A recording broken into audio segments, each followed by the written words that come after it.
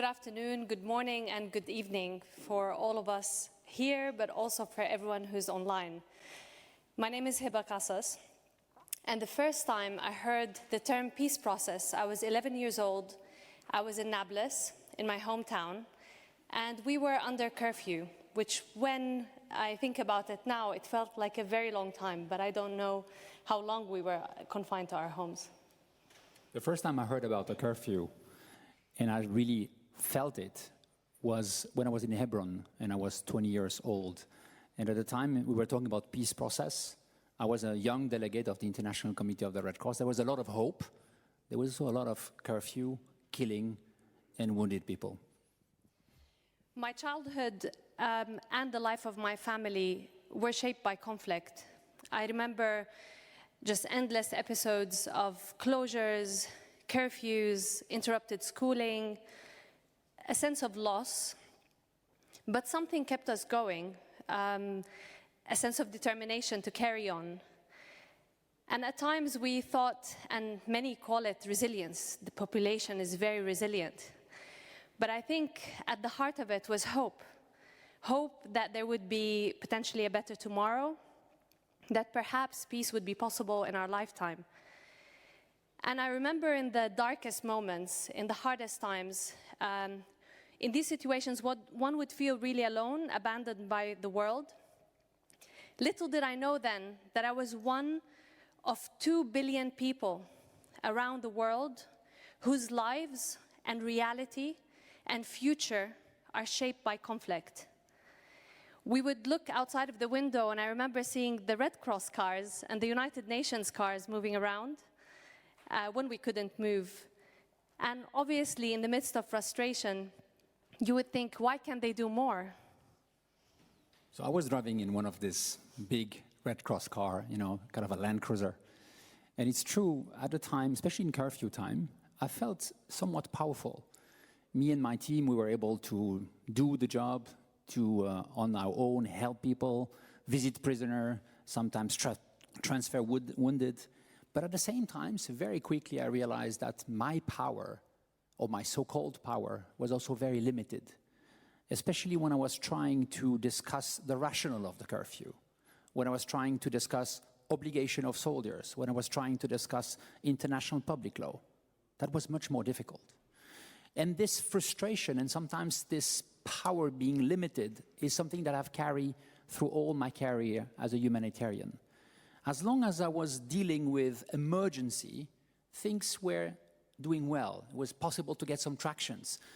But the moment I was asking myself, and I do remember very well Sudan, for example, or Yemen, when I was asking myself, when does emergency start? When does it finish? Then I realized, oh my God, it's good to have an emergency perspective, but we need to go beyond mandate and mission if you want to be able to understand the evolution of the need of the people. You want to do that, but then of course you are challenged by that.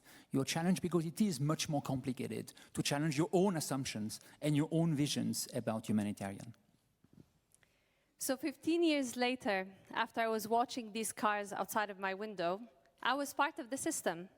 I joined the United Nations, and for close to 17 years, I was working mainly on crisis countries, both in my home country and then later internationally. And I've worked alongside amazing professionals, very, very committed, really wanted to make a difference. But I very quickly learned the limitations of realpolitik considerations, the mandate limitations. But what always really struck me most, whether when I was based in New York, sitting on discussions around Libya, or whether when I was in Baghdad, sitting in more operational type of discussions, discussing the kind of programs that we were launching, was a prevailing set of assumptions that drive how we deploy our approaches, assumptions that really prevail and dominate the peace-building cultures.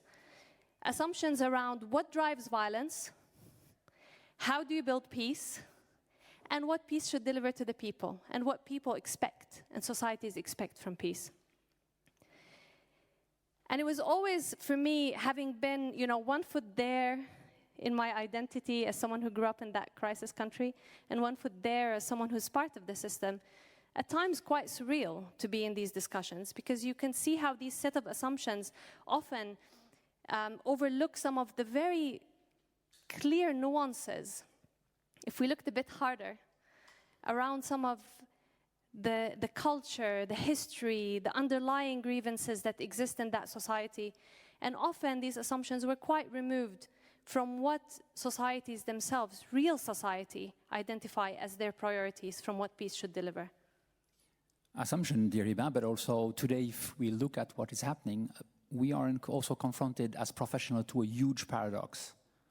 On one hand, and let's recognize that, there was never as much money invested into humanitarian development, and I'm careful about the word I'm using, stabilization effort, right? If you look into that.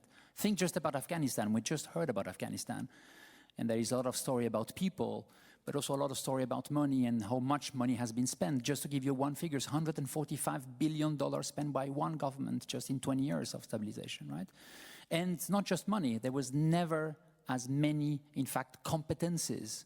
Today, there is a lot of mediation team. Every single capital around the world has a mediation team. We do have a lot of much more professional in terms of nexus, development, humanitarian, peace building and preventive. And more importantly, more than ever, we have a lot of access to information by people themselves, by community affected by war, by disaster, by crisis, and also more expectation. So on one hand, much more. So with this much more, yet the world is less peaceful. We have more fractures in the social contract globally. We have one of the highest numbers of active state-based conflict since the World War II, 56. Post-conflict peace lasts around 7 years. Despite all our push on inclusion, inclusive peace processes, despite all our push on national ownership, peace process continue predominantly to be externally driven and very exclusive affairs, I would say. And despite all the investment in and strategic capabilities around counterterrorism, in the last 8 years, we had more non-state armed actors appear than in the last 80 years. So a big paradox, and I must be honest with you, Hiba, and I think with all of us, I'm starting to be afraid by the result of this paradox. I'm also angry that we have not done more over the last 20 years, much more. And to be perfectly honest, I often felt fed up. Fed up of applying the same solutions again and again and expecting different results. Fed up of seeing us deploy in Libya what we know hasn't worked, deploy in Yemen what we know has not worked, deploy in Mali what we know have not worked. And I think to myself, isn't doing the same thing again and again and again and expecting different results the definition of insanity at times? It is. It's exactly that. And I would say what is even more difficult is to imagine that we have to do something about it. We can't just observe it and just let it go. I think we are willing to maybe want to shape it, to reshake it a little bit, right? And if you think about that, and this is why we are in front of you, I think there is two basic things that needs to be done. One, really basic. We need to believe that peace is possible. And it seems to me that somewhat if you look at our community, if I look at our society, if you look at our media, peace seems to be a rare commodity, something that is not important anymore. It's almost something that will not happen. We need to reverse that. Peace is possible. And not just a nice to have, but a must have. And the second point, if we want to push it, we need to shift the burden of proof. If we want peace, peace needs to be, people need to be accountable for peace. Leaders are accountable for their deeds, they need to be accountable for peace. And we need to make clear that there will be no peace without accountability. And that's one of the reasons I've joined together with you, Hiba, a group of 12 people to really develop an initiative, Principle for Peace, that is really willing to reshape the way we look at peace. And I'm really glad also to be part of this initiative. I head the Secretariat for the Principles for Peace initiative, and as Yves said, he's one of our commissioners, a group of 12 commissioners who are working together. In a way, we were all part of the system and trying to work on the system. But in so many ways, what we're trying to do, and we're not trying to do alone, we're joined by armies of scholars, of practitioners, of policymakers, of organizations. Just since we've launched earlier this month, we have over 120 organizations that have joined us, including UN entities.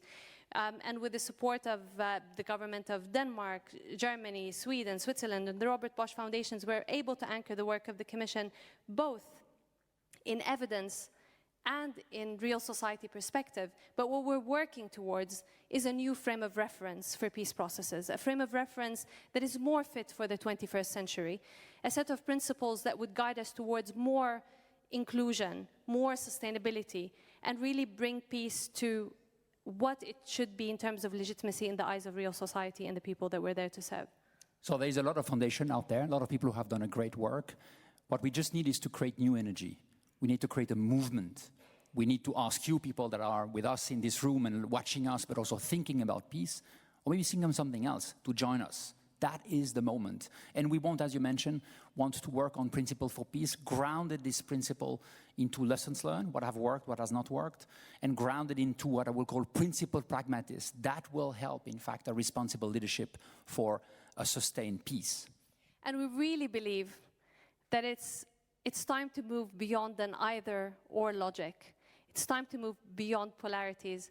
Our realpolitik considerations are moral imperative to silence the guns, which get us to get into elite bargains and political settlement approach, which is highly needed, does not have to be to the detriment of the legitimacy and sustainability of peace processes. So please join us. Very simple. Join us. We believe peace is more than political peace. We believe that peace is more than the absence of violence. And we believe it's rooted both in its social foundations and in national responsibility. We really look forward to this journey and hope that you will join us. Thank you.